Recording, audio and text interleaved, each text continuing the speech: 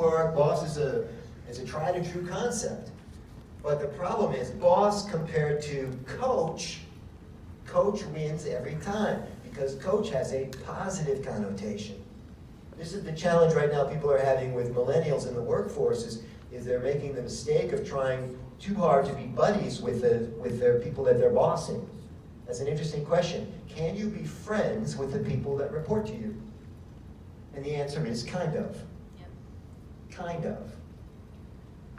But you never want to be in a position where the employee comes to the boss and says, can you do me a favor? And the boss says, yeah, that's my job, I do you favors. And then the teeter-totter goes from this to this. You see? Because the relationships, the definition of the relationship starts to change and shift. And that's a danger in a society, a casual society like ours, where words are changing their meaning all the time. So that's the first thing, Sean. You got to get straight on who you are as a person, where you are on the sliding scale of authority. Have you been to New York City, sir? I have, yes. And you've ridden in a cab in New York City? I have not ridden in a cab. Oh, you missed it. You got to go back just for that. There's two types of cab drivers in New York City. Both of them are crazy. You get in a car with a crazy driver who's really good, and it's a fun ride. It's interesting. He knows where all four corners of the car is. He knows all the off-ramps, the lanes to be in. There's no surprises. Well, you're surprised, but he's not, because he's good. And the other guy's the bad crazy driver. And that's the one you don't even want to pay, because he, made you have a heart attack. So there's nothing wrong with being in control if you're good at it and you know what you're doing. You have some sensors. All cars now have sensors, right? So you're not taking advantage of anybody, right? I don't think you can be a dictator and do a good job. But you can be a good boss. You can be in charge and do a really good job. By the way, most personality analyses default to 4 quadrants. My favorite is Brian Tracy's. He talks about the director, the relator, the socializer, and the thinker. And most psychologists hold that 25% of the population, 1/4, one personality style, actually likes it when you tell them what to do. That's interesting. By the way, one of them hates it when you tell them what to do. More about that later if we have time. So the second thing, so Sean was addressing 2 things with this fear of being perceived as a leader, as a bad guy, I think was what was kind of hidden in the thing. I don't want to rub anybody wrong. But here's my thing from the front of the room, and I am your leader today. I'm not trying to please everybody in the room. If there are 50 people here today, I know 2 of you don't like me. And I know who you are already. And it's okay. Because I'm not trying to make everybody happy. I'm not for everybody. And I'm going to sleep like a baby tonight. If we do the evals, what they call the customer sat surveys, how'd you like the first keynote? And 48 of you love me, and 2 of you think I should never be on stage again, I'm going to sleep like a baby tonight. Because I'm not for everybody. And I've got that. I'm clear on that, Sean. It doesn't mean I won't try extra hard to help those 2 people, or that I won't take a phone call from them afterward to find out what exactly about me annoys the crap out of you, But it's just how it is. It's math at that point, right? 2%, 5%, whatever. You'll be okay, man. The fact that you're even thinking about this is really good news. Other stuff in your head right now. This table. This table, my favorite table. We got one. So I would say the fear that I have is not being the smartest person in the room. So if I'm presenting a concept or an idea, if somebody contradicts it, can I back it up still or not?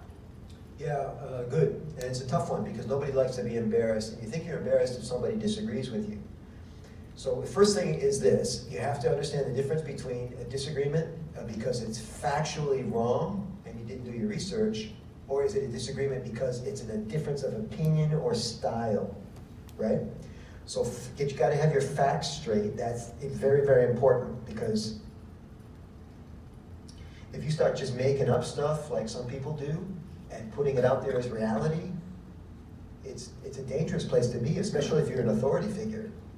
This is why the current presidency has been such a sitcom.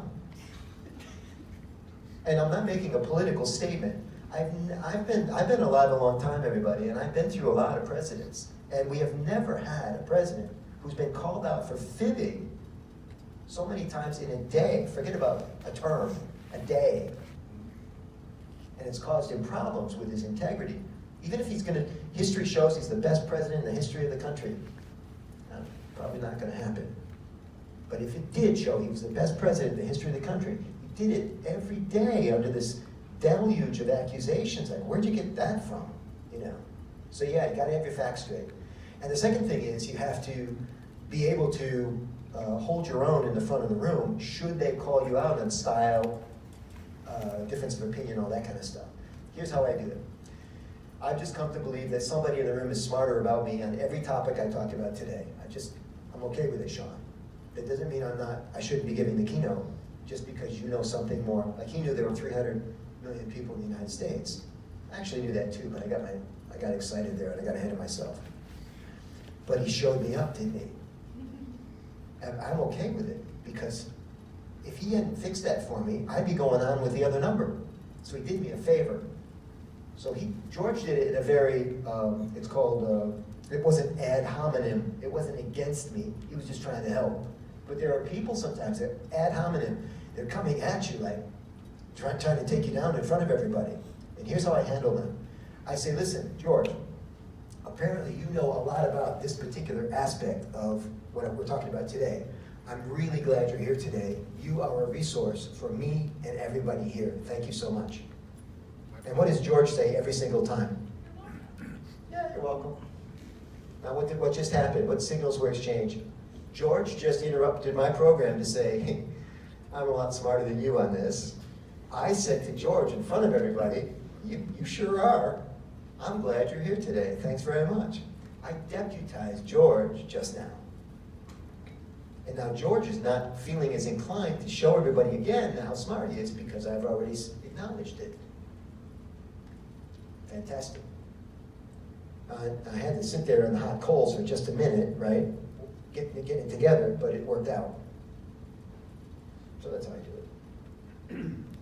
These are all great issues that you're having, and I still struggle with them sometimes, and I always come back to these kind of root lessons, right? Anything, guys? Ladies? Sir? Hi, I'm Vidit from College of Creative Studies, and I was just talking to my professor earlier, and what I could see is like if there is a class of 15 and it's a sketching class, some kids were like just not motivated, and we were just having a conversation is like how to trigger individual motivation and like how to bring out the best in them, because everyone has like different aspirations. So how do you know like what would trigger them and help them to be better at their craft? So this is the idea of coaching up and helping people become their best selves. Is that what you're asking? Yeah. Okay. I think it comes down to individual attention. There has to be a relationship between the two people. So I'm going to do a couple tricks with you right now, if you don't mind. Remain standing. Yeah. So I could be at the podium right now, but I'm not, right? And I could be on the platform, but I'm not. I'm here. And now as I talk to you, I'm going to move like this. Now, I'm not going to move like this, you see?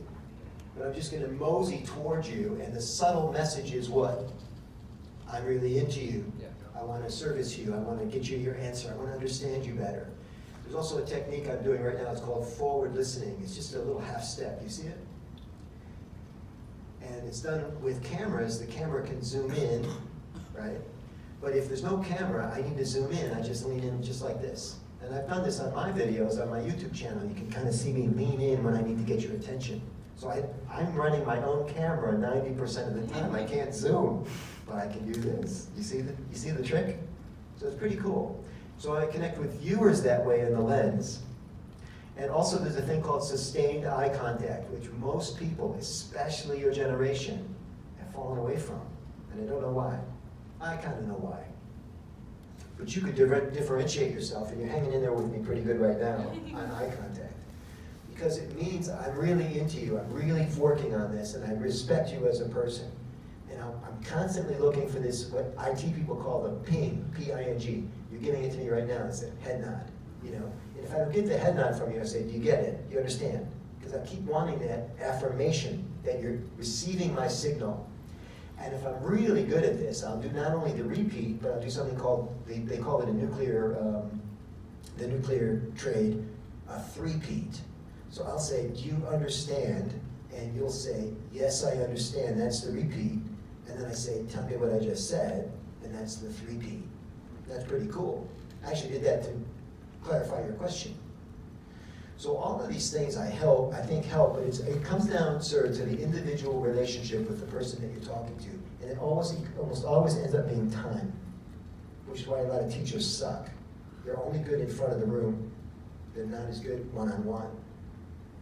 I've had doctors like this, physicians that were not good. I have one right now, not him. He's a retired doctor. I have a doctor right now with a terrible bedside manner. Thank you, sir. Terrible. I'm going to leave him because I don't like how he talks to me.